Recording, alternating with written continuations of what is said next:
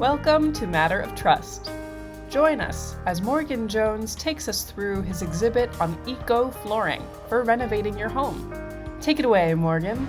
All right, so this is our eco-flooring exhibit showing all the different kinds of ecologically friendly floorings that you can choose when you're remodeling your home or building a new home.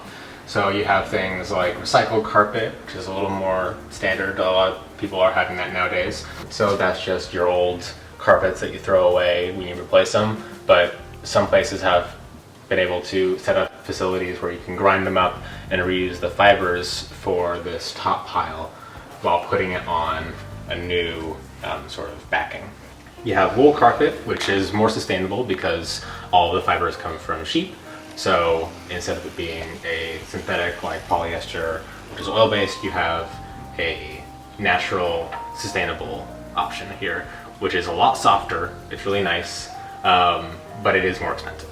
People are always worried about wool carpet being really hard to maintain and that like won't last a whole long time. So it's like I'll be paying thousands of dollars to put it in, but it will only last like a couple of years. But if you maintain it, actually, it can last like 40 plus years if you really wanted to. If you really were diligent about cleaning it and maintaining it, it could last a really long time.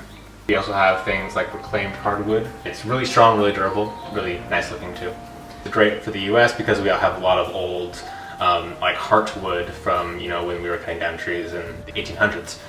A lot of it's actually gotten off the bottom of lakes and things, especially lakes over in the northeast of the US, because it's been basically preserved in these really cold, really deep waters.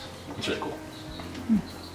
You got rubber, standard rubber. It can be made out of old tires, which is a great repurposing of old tires because a lot of those just get burned.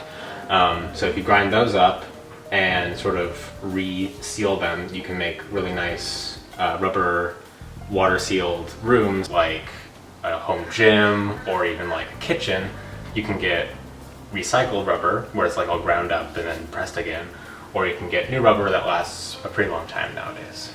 Linoleum, a lot of people don't actually know that linoleum is made of natural things like wood resins and things like that.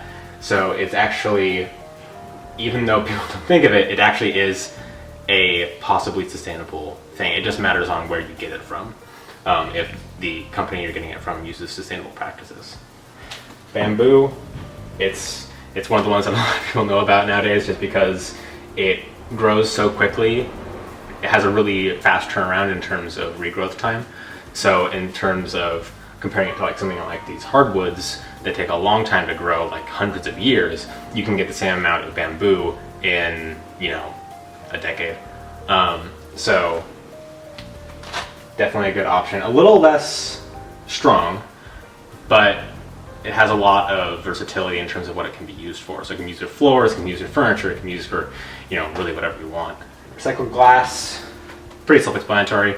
You take a bunch of old recycled glass and you crush it up and you melt it down into new bricks. And then you get these nice tiles that all have kind of a unique coloring and patterning to them. Glass is pretty much infinitely recyclable. When it's all melted together, it's pretty much one solid piece. All the sections you see are just from the different colorings of the original sand.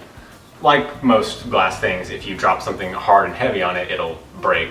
So either you have to put it in a place where you're hopefully not going to be dropping really heavy things, or put it on just like a wall or something like that. This is Hempwood. You take the hemp fibers and the hemp stems and stalks, and you press it into a usable form factor, basically. So if you look at all these patterns, that's just from cutting a huge press of a bunch of squashed hemp fibers and hemp pieces.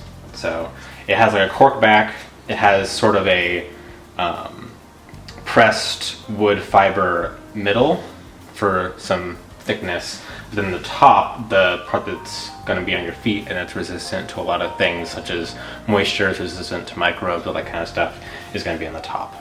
And all of this can also be recycled material, which is cool. So Hempcrete is kind of a similar idea where you have a bunch of ground up pulp and hemp and stuff, and then you mix it with concrete, right?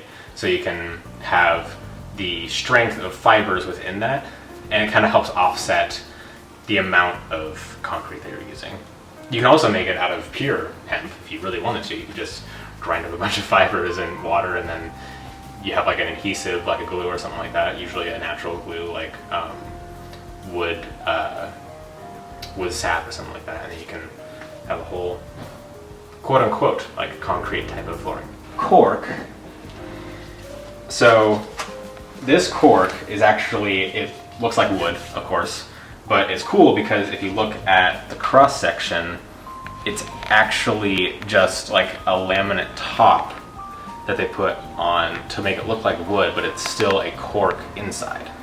So the whole thing is cork. It's kind of cool, while making it look, you know, fancier than it actually is. Cork is good because it's like a good insulator. It's good for kitchen areas where like water can get, so you can keep some grip. And it's also antimicrobial, just like the Hempcrete or the Hardwood and things like that. And ceramic tiles, pretty similar to recycled glass. They're good for, you know, kitchen walls. They're good for bathroom tile. And yeah, I mean, these are ones that also, again, everybody knows because you probably have them in your bathroom already. Thank you, Morgan. Visit MatterofTrust.org to learn more about our eco home.